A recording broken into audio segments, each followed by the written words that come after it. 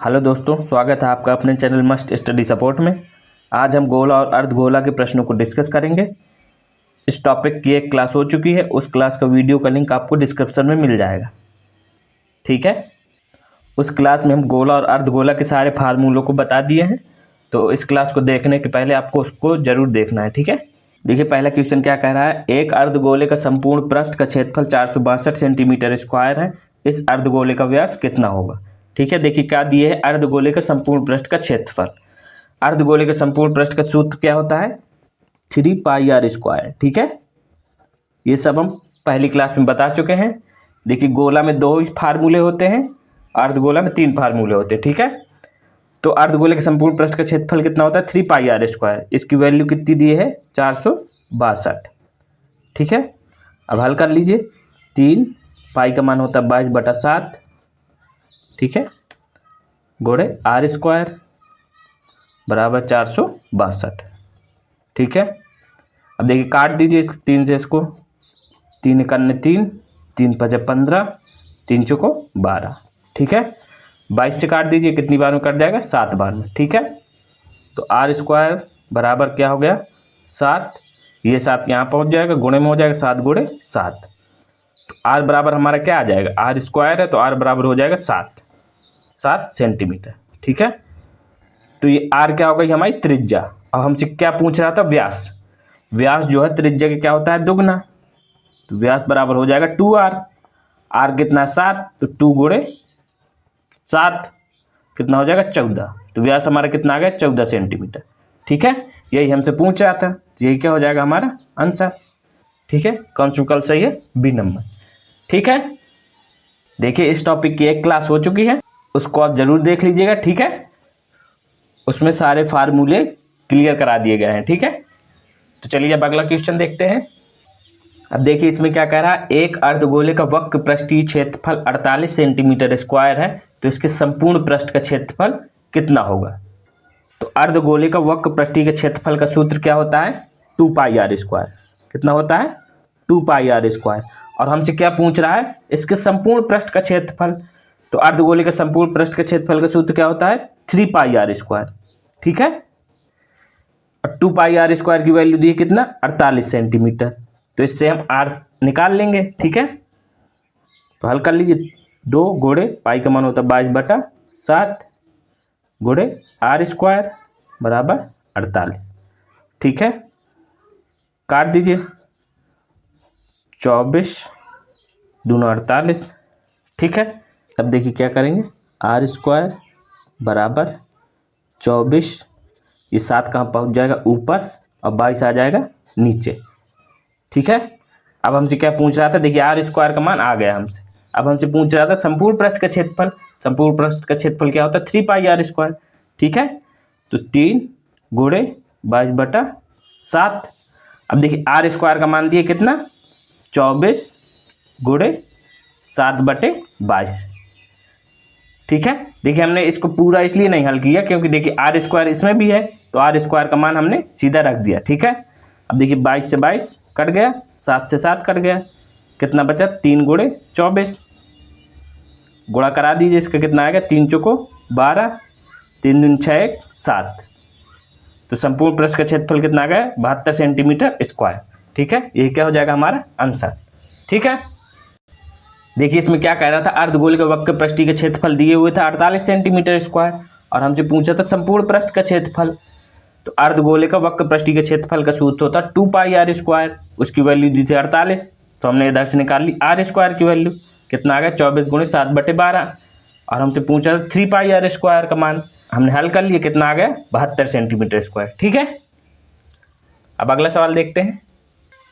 अब देखिए इसमें क्या दिया है, किसी गोले तथा अर्धगोले का आयतन समान है, तो त्रिज्याओं का अनुपात ज्ञात कीजिए। ठीक है, तो देखिए गोले का आयतन का सूत्र क्या होता है, 4/3 πr³। ठीक है, यही होता है। और अर्धगोले का आयतन का सूत्र क्या होता है, जो गोले का आयतन का सूत्र होता है उसका आधा, तो हो जाएगा 2/3 πr³। ठीक है, इसको r1 मान लीजिए, इसको r2 मान लीजिए। ठीक है, अब देखिए हल कर लीजिए इसको। 3 से 3 कट जाएगा, और 2 2 ना 4 और ये पाई से पाई कैंसिल हो जाएगा, तो इधर बचा 2r1 क्यूब बटे इधर सिर्फ r2 बचा क्यूब। ठीक है, r1 हो गई गोले की त्रिज्या और r2 अर्धगोले की त्रिज्या। ठीक है, अब इसको इधर ले आई, नीचे आ जाएगा r1 क्यूब बटे r2 का क्यूब बराबर 1 बटा ये 2 नीचे पहुंच जाएगा। ठीक है, अब देख लीजिए, अब हम क्या कर देंगे, घन कर देंगे, दोनों का घन कर देंगे। घन करने पर क्या आ जाएगा, घन करने पर ये सिर्फ r1 बटे r2 बचेगा। इधर 1 का घनमूल 1 ही होता है और 2 का आ जाएगा, सॉरी 2 का आ जाएगा इधर क्यूब। ठीक है, तब इनका अनुपात क्या हो जाएगा, r1 अनुपाते r2, अनुपात हमसे पूछ रहा था, तो आ जाएगा 1 अनुपाते घनमूल 2।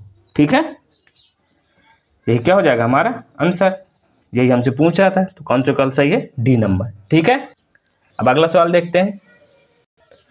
अब देखिए इसमें क्या दिया है, कह रहा 2 गोलों के पृष्ठीय क्षेत्रफल 64:81 के अनुपात में है, तो उनके आयतन का अनुपात ज्ञात कीजिए।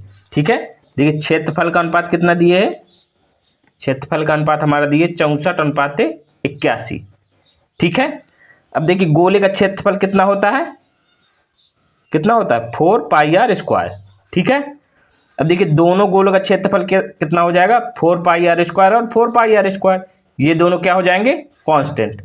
मतलब अगर देखा जाए तो r² का मान ये दिए है। ठीक है, तो हमको क्या निकालना है, आयतन निकालना है।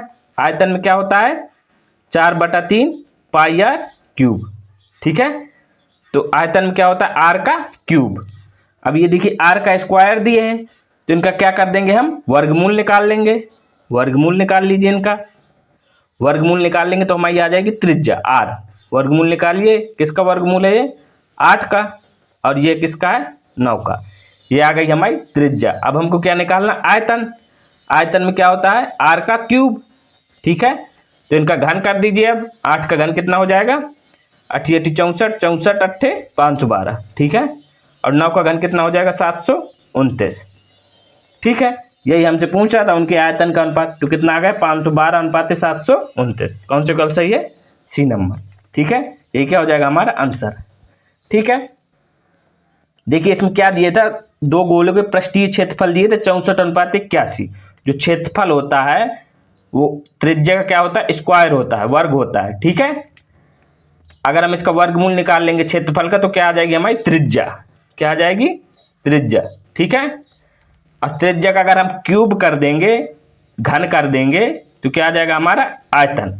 ठीक है, क्लियर हो गया आपको। तो चलिए अब अगला सवाल देखते हैं। अब देखिए इसमें क्या दिया, 2 गोलों का आयतन 8:27 है, उनके पृष्ठ का क्षेत्रफल का अनुपात ज्ञात कीजिए। ठीक है, देखिए इसमें गोलों का आयतन का अनुपात दिया है 8:27। ठीक है, तो गोले का आयतन का सूत्र कितना होता है, 4/3 πr³। 2 गोले हो जाएंगे तो दोनों ये कांस्टेंट हो जाएंगे, मतलब r³ का मान दिए है। ये आयतन कितना दिया है, आयतन का अनुपात 8:27। ठीक है, आयतन जो होता है वो त्रिज्या का क्या होता है, घन क्यूब होता है। ठीक है, अगर हम r निकालना है तो इनका घनमूल निकाल लेंगे। ठीक है, घनमूल निकाल लेंगे, तो ये किसका है घनमूल, 2 का, और ये कितने का है, 3 का। ठीक है, तो r हमारा निकला है कितना, 2:3। अब हमको क्या निकालना, क्षेत्रफल। क्षेत्रफल क्या होता है, त्रिज्या का स्क्वायर, त्रिज्या का वर्ग होता है। ठीक है, तो इसका वर्ग करेंगे कितना हो जाएगा, 2 दूनी 4 और 3 त्रिक 9। तो ये क्या आ गया हमारा क्षेत्रफल का अनुपात 4:9। यही क्या हो जाएगा हमारा आंसर। कौन सा कल सही है, ए नंबर। ठीक है, देखिए इसमें क्या कह रहा था, 2 गोलों का आयतन दिए थे 8:27, तो उनके पृष्ठ का क्षेत्रफल का अनुपात पूछ रहा था। तो गोले का अनुपात का सूत्र कितना होता है, 4/3 πr³।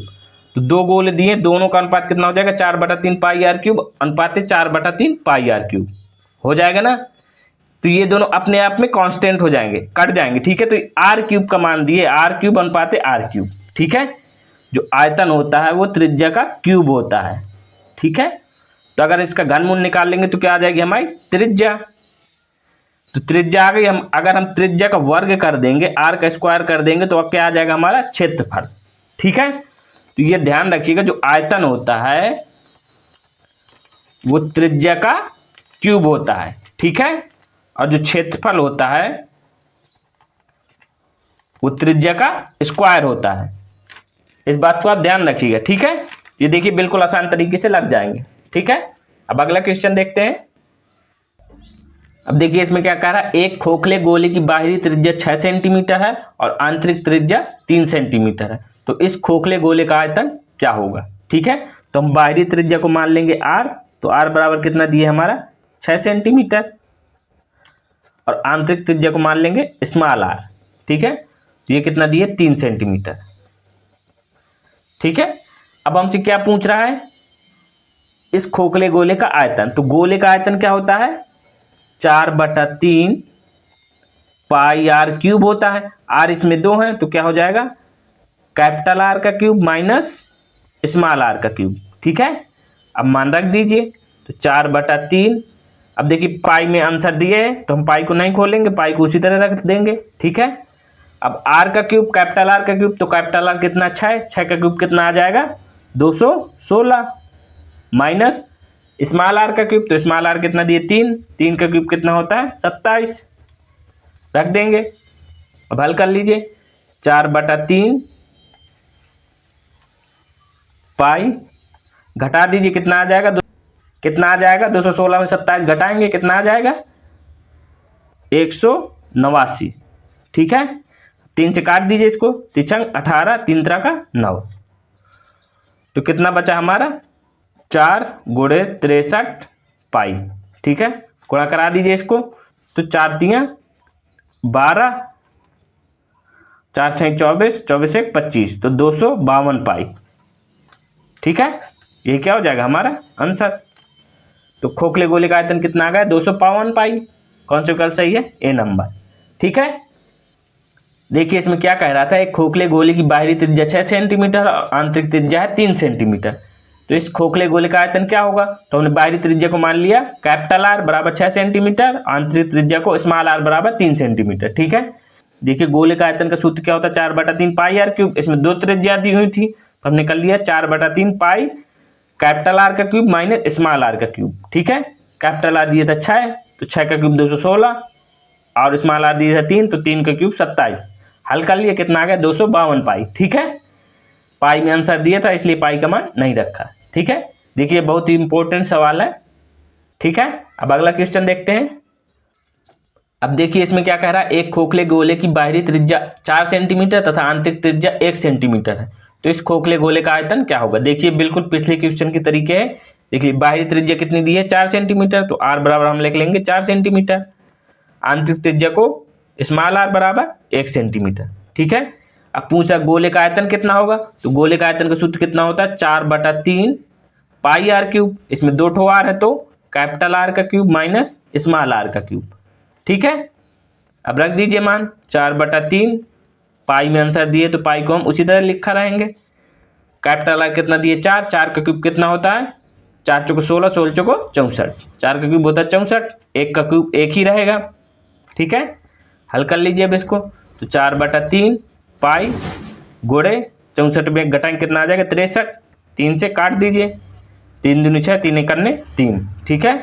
अब 4 में 21 का गुणा कराएंगे कितना हो जाएगा 4 1 4, 4 दूनी के 8, 84 पाई, ठीक है। यही क्या हो जाएगा हमारा आंसर। तो खोखले गोले का आयतन कितना आ गया 84 पाई, ठीक है। कौन सा विकल्प सही है, बी नंबर, ठीक है। ठीक है, देखिए ये सारे क्वेश्चन पेपर में आए हुए क्वेश्चन थे, ठीक है। ठीक है, तो आज का ये वीडियो यहीं समाप्त होता है। अगर आपको वीडियो पसंद आया हो तो वीडियो को लाइक करिए और चैनल को सब्सक्राइब करिए, ठीक है।